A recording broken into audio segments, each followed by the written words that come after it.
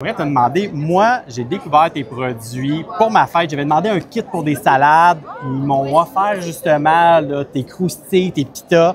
Puis j'ai été vraiment impressionné parce que le goût est tellement savoureux, mais aussi dans une salade, parfois comme qui s'est mouillé un peu. Puis là, ben ton produit il restait vraiment croquant. Dis-moi un peu, c'est quoi la pensée derrière ce produit-là? En effet, le nom dit tout. La salade Fatouche, c'est une salade très colorée, très vivante. La particularité de cette salade-là, on met une pain pita croustillant sur la salade Fatouche et on ajoute une mélasse de grenade, sumac pour faire notre vinaigrette.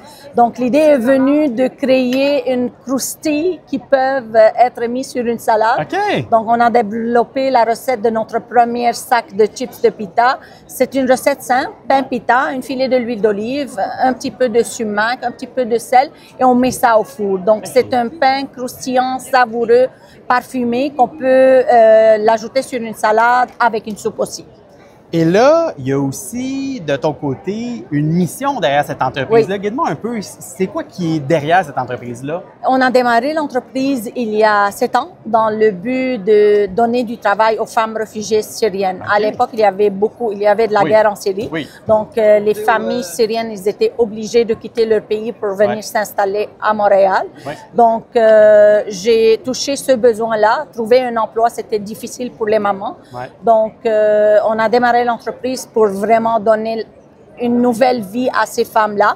À travers la mission sociale, ils peuvent s'intégrer dans la société, avoir leur place, vivre en paix et avoir un meilleur avenir pour eux et pour leurs enfants.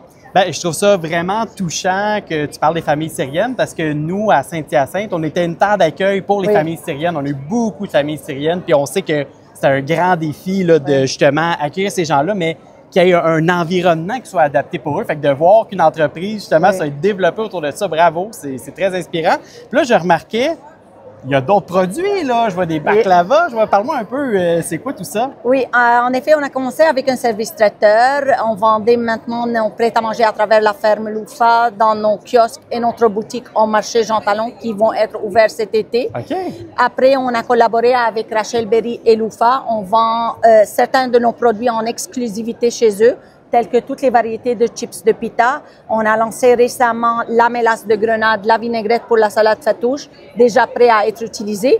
Et ça fait partie de notre nouveauté. J'ai eu la chance de visiter la Syrie cet été-là, de visiter le fabricant de nos baklava. Oh. Donc, on a importé du baklava de la Syrie afin de faire goûter le saveur de notre pays, le vrai baklava qui est pas trop mouillé, pas trop sucré, croustillant avec beaucoup plus de noix.